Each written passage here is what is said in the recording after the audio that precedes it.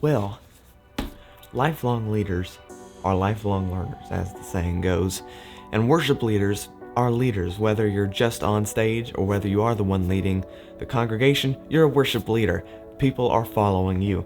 So you've got to be a lifelong learner. You've always got to be learning. Now, in this video, I'm going to be sharing with you my top 5 books that every praise and worship leader, in my opinion, needs to read. Now, these are great books. You don't have to read them necessarily. I just think it would really help you on your walk, and it'll really help you get further and faster. So that's the goal of this video, to help you get further and faster. Now, stay tuned to the end of this video, because I've got an extra book that I think you actually do need. Like, you need to get that book. And no, don't, before you guess, it's not the Bible. You do need the Bible. In fact, you need the Bible more than any of these books. But it is a special book that I think will really change the way that you look at revival. But we'll get to that at the end of the video, so stay tuned for that. Now, everything is linked up in the description below, but I'm ready to get into the books. So let's do this.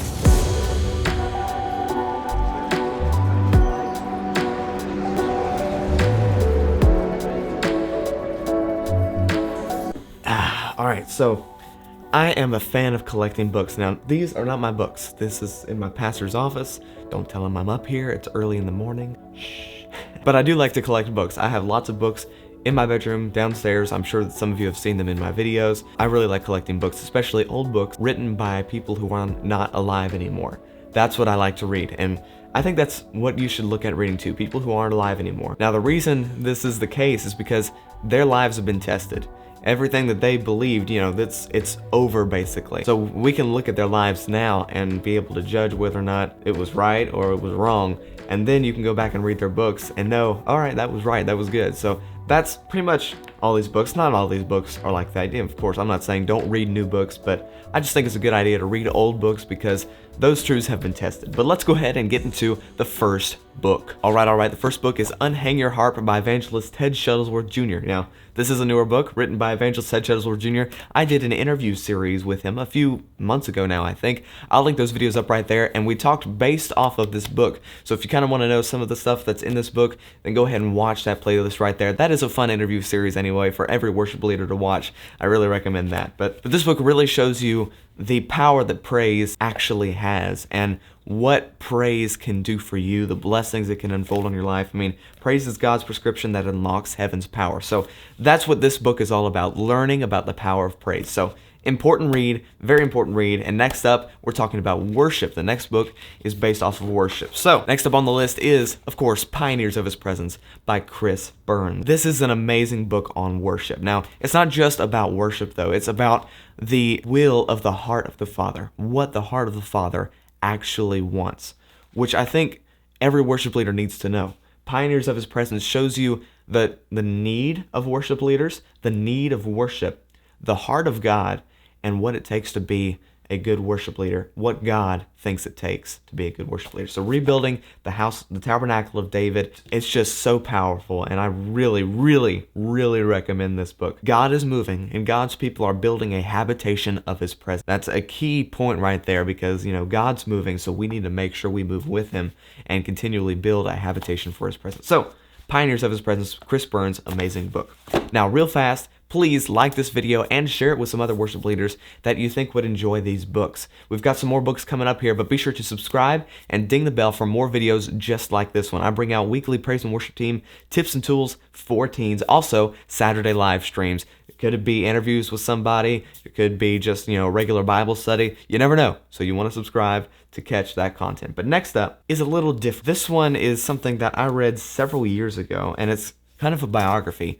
It's called In the Footsteps of a Prophet by Jerry Savelle. Now, why this book, you might say? Well, this book really shows a life of faith and following a prophet. So what do I mean by that? So worship leaders are under their pastor, of course. And sometimes it can be tricky to get that right relationship, which I think is why a book like this is very important. Jerry Savelle, underneath Kenneth Copeland, of course, and he talks about all of that in this book, and it really shows you the responsibility of being under your pastor. I remember whenever I first read it several years ago, I remember getting a better idea of what leadership and striving to be a leader looks like.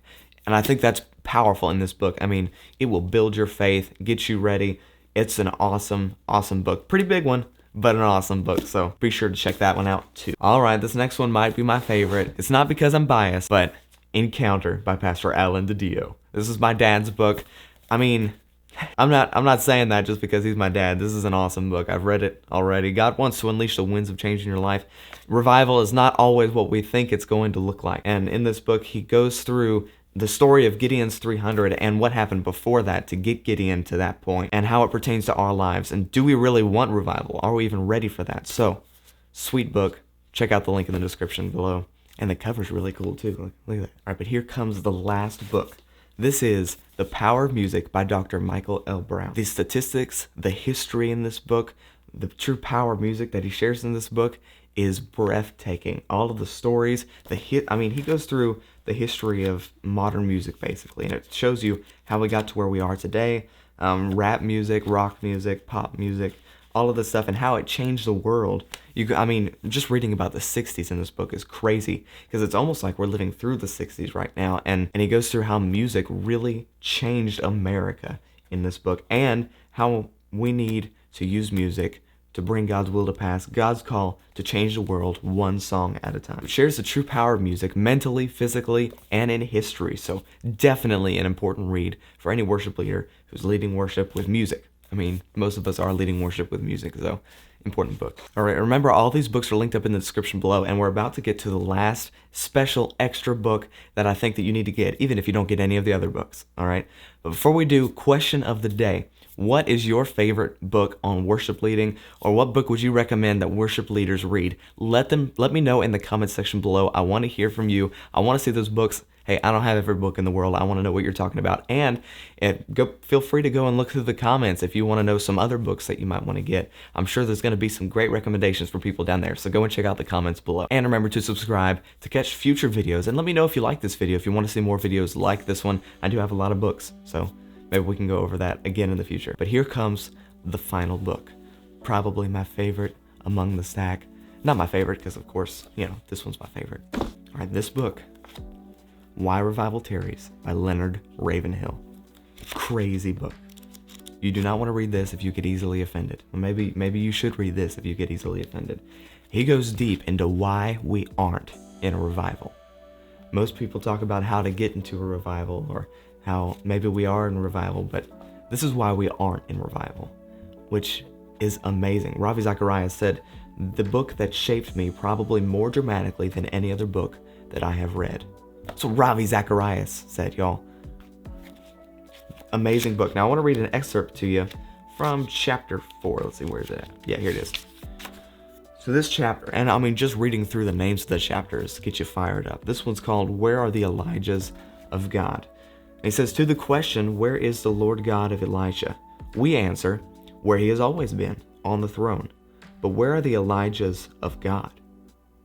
We know Elijah was a man of like passions as we are, but alas, we are not men of like prayer as he was.